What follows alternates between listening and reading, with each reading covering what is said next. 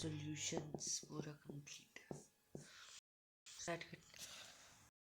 Solubility किसकी चीज से इफेक्ट होती है? तो nature of solvent, solute, temperature और प्रेशर।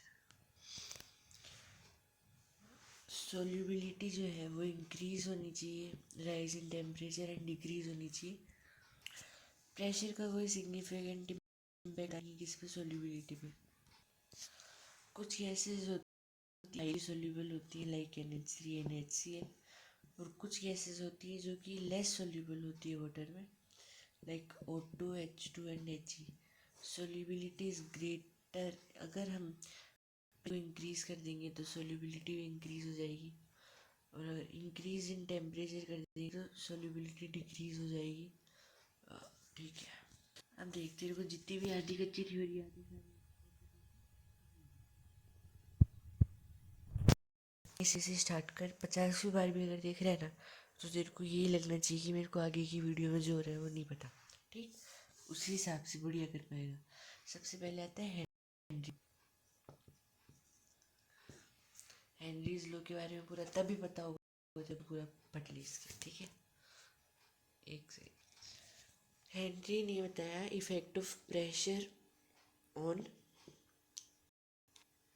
सोल्युबिलिटी ऑफ गैस क्या होता है।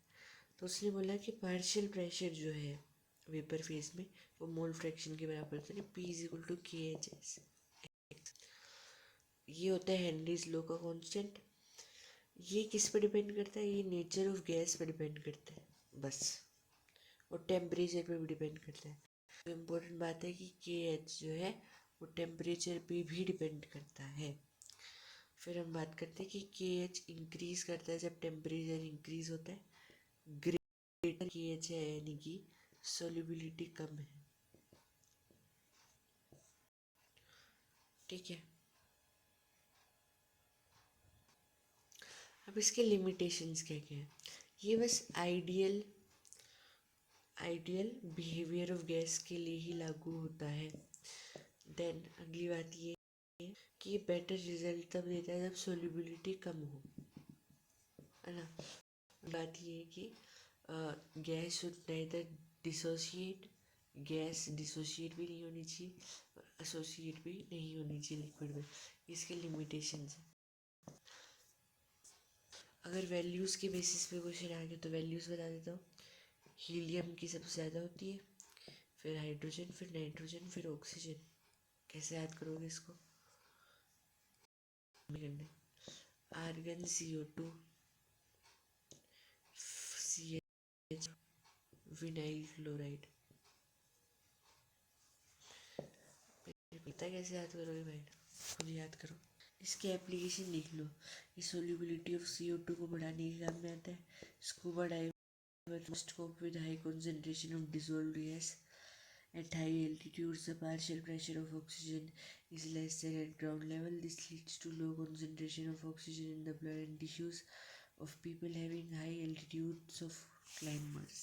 ठीक, अब हम बात करते हैं effect of temperature.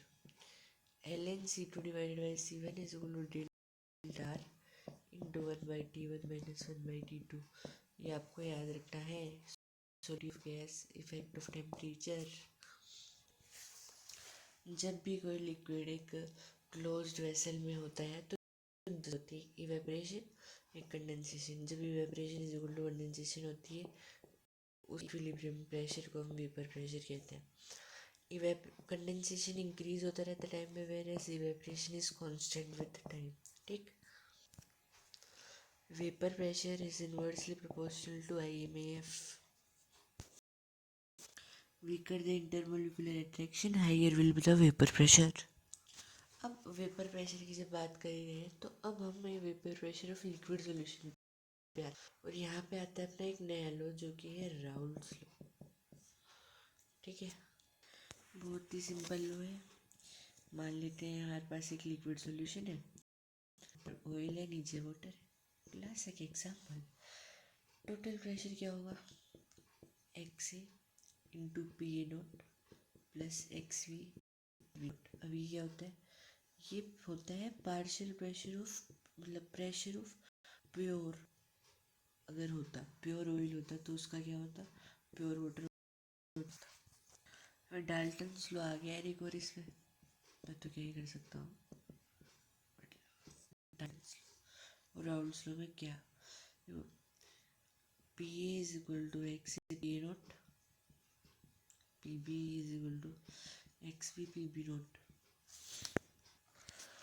Partial pressure in vapour है ना, ये इससे ज़्यादा हुआ यानी कि वोलेटाइल है, और रिलेशन जो आता है वहाँ से ये होता है।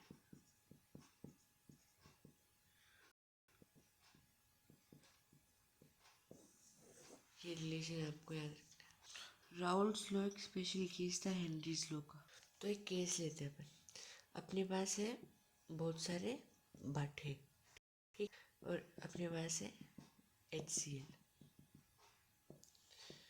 हमें यहाँ पे इसका टोटल प्रेशर निकालना है, तो हम बोलेंगे PT एक्स ऑफ स्टोन मान लेते हैं, इसको एक्स ऑफ HCl मान लेते हैं। तो x of stone A note ये तो ज़ीरो होगा, plus x of x P,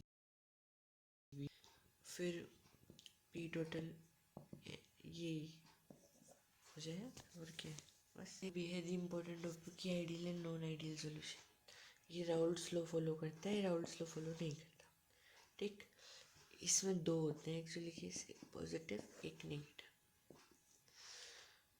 फिर डेल्टा एच यहाँ पे ज़ीरो होता है, यहाँ पे delta H greater than zero होता है, क्यों भाई पॉजिटिव है। Delta H less, delta V zero, delta V greater than zero, delta V less. P A plus P B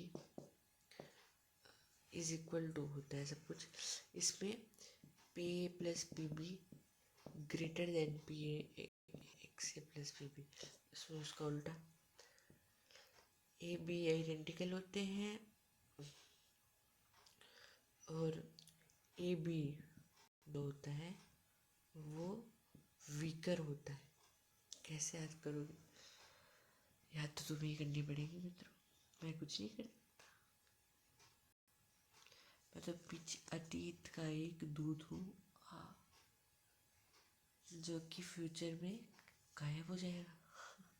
जो करना है तेरे को ही करना है। देखो इसके एग्जाम्पल इम्पोर्टेंट है, बोलता जाता हूँ याद कर लेना। पॉजिटिव के इम्पोर्टेंट एग्जाम्पल है जहाँ पे भी एसेटोन आ जाए, जहाँ पे भी CCl4 आ जाए, बस काफ़ी इतना ही। इससे ज़्यादा ना तो याद रखना, ना याद रखने की ज़रूरत है, या वोटर आ जाए बस।